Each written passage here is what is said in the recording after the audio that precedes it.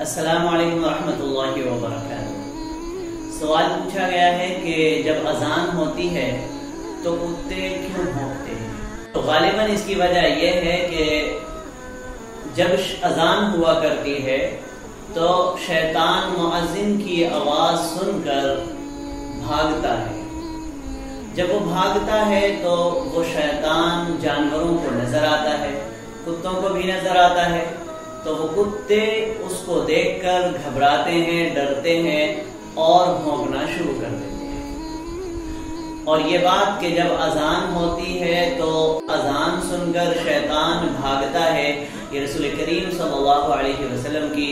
حدیث مبارکہ میں موجود ہے۔ چنانچہ رسول کریم صلی اللہ علیہ وسلم کی حدیث ہے، حضرت ابو ہریرہ رضی اللہ تعالی عنہ کی روایت ہے، اس کی سند اس طرح ہے: حدثنا القعنبی عن مالک عن ابی الزناد عن الاعرج عن ابی ہریرہ رضی اللہ تعالی عنہ ان رسول اللہ صلی اللہ علیہ وسلم قال: اذا نودی بالصلاة ادبر الشیطان وله ضرات حتى لا يسمع التأذین فإذا قضي النداء أقبل حتى إذا ثوب بالصلاة أدبر حتى إذا قضي التثويب أقبل حتى يخطر بين المرء ونفسه ويقول اذكر كذا اذكر كذا لما لم يكن يذكر۔ کہ جب اذان ہوتی ہے، جب اذان کے لیے پکارا جاتا ہے تو شیطان بھاگتا ہے، پیٹ پھیر کر بھاگتا ہے اور اس کی ہوا خارج ہوتی ہے، یہاں تک بھاگتا ہے کہ وہ اذان کی آواز سننا بند ہو جائے۔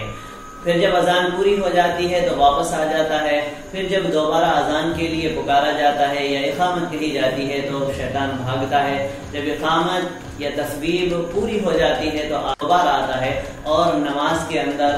آدمی کو وسوسے ڈالتا ہے کہ فلاں بات یاد کر، فلاں بات یاد کر۔ جو باتیں اس کو یاد نہیں ہوتی شیطان وہ باتیں اس کو یاد دلاتا ہے۔